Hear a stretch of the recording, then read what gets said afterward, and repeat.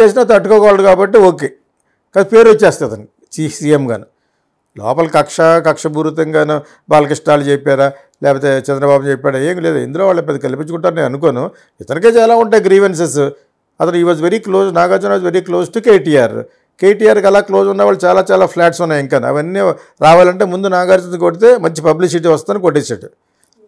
అదే ఒక్కో దొరికట్టు కొట్టేయండి. అయినా ఈ డజంట్ కేర్, అది ఎక్కడెక్కడ క్లెయిమ్ చేసుకోవాలో క్లెయిమ్ చేసుకుంటాడో అది వేరే విషయం. అది అతనికి పబ్లిక్ సింపతి లేదని అన్నాం, ఎందుకు లేదన్నది అతను విచక్షణ జ్ఞానంతో గమనించాలి. మనం అన్నది వేరే మంచి చెడ్డ ఉద్దేశంతో కాదు. అది యాజ్ ఇట్ ఈస్గా where Nagarjuna stands, Nagarjuna doesn't have any public sympathy. అక్కడ ఉన్నవాడిని ఎవరిని అడుగుతుంటే కొట్టేయడమే కరెక్ట్ అన్నారు.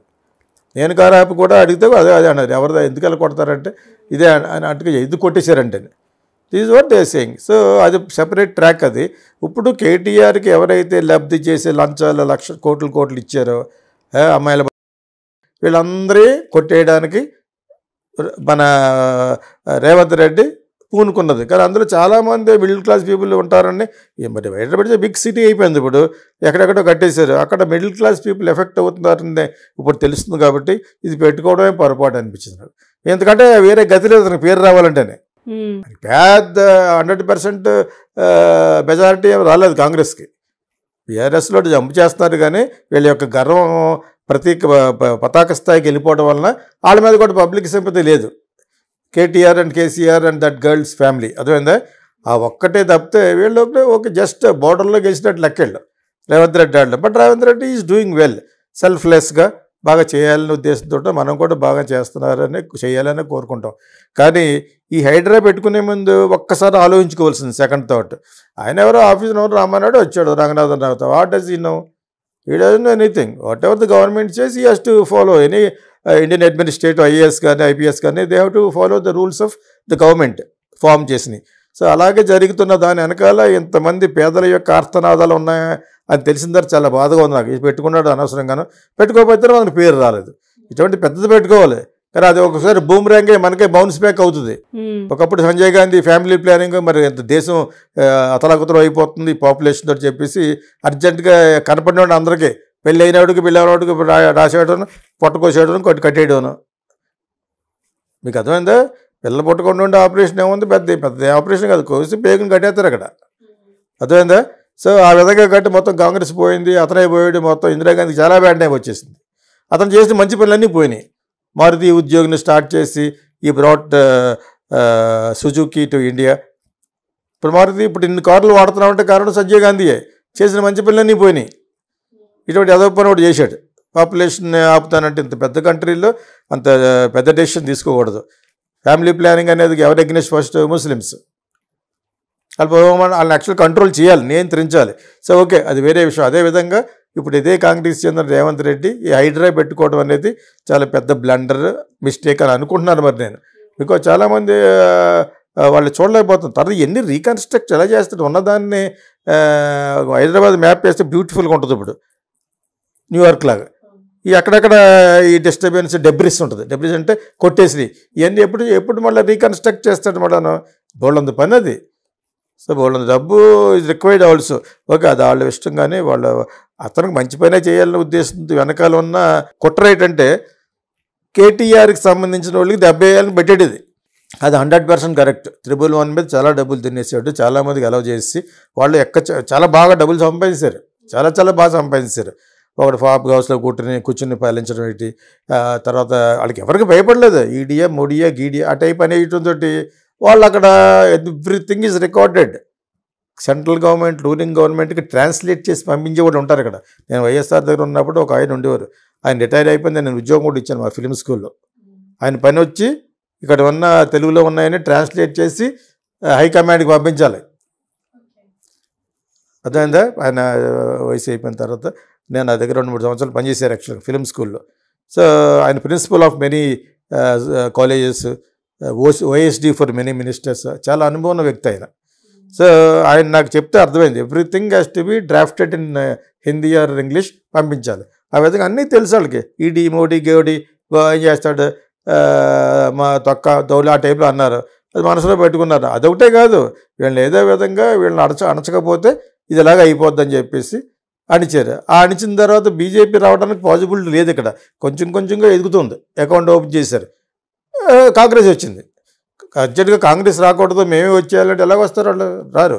ఆంధ్రాలో కూడా రాదు. ఆంధ్రాలో కూడా అకౌంట్ ఓపెన్ చేశారు. పవన్ కళ్యాణ్ పుణ్యం అంటూ మనవాడికి కొంచెం లీవర్ చేసి చంద్రబాబు నాయుడుతో కలిసి కూటమిగా వెళ్దాం అని చెప్పేసి వీళ్ళు చేశారు. అక్కడ కూడా మరి వచ్చినాయి కదా 9 సీట్లు. వై అదే ఓపెన్ అకౌంట్ స్లోగా చేసుకుంటూ వస్తున్నారు. ఇక్కడ చేసుకుంటూ వచ్చిన దాంట్లో కాంగ్రెస్ గెలిచింది. అదేవిధంగా కర్ణాటకలో కాంగ్రెస్ గెలిచింది. ఈ రెండింటిని టాపులు చేయ రెస్పాన్సిబిలిటీ కేటీఆర్ వాళ్ళకి ఇచ్చారు. మీ చెల్లిని వదిలేస్తాం కాబట్టి జైలు నుంచి ఇది చేయాలి అది చేయాలని. మీకు అర్థమైనప్పుడు ఆ అండర్స్టాండింగ్లో ఇక అలా కాకపోయినా రేవంత్ రెడ్డికి వెళ్ళి స్ట్రాంగ్ అపోజిషన్ కదా. They don't like Revanth Reddy. Revanth Reddy also the same time vice versa మిమ్మల్ని అతపాదాలకు నొక్కేస్తారన్నాడు, నొక్కుతాడు.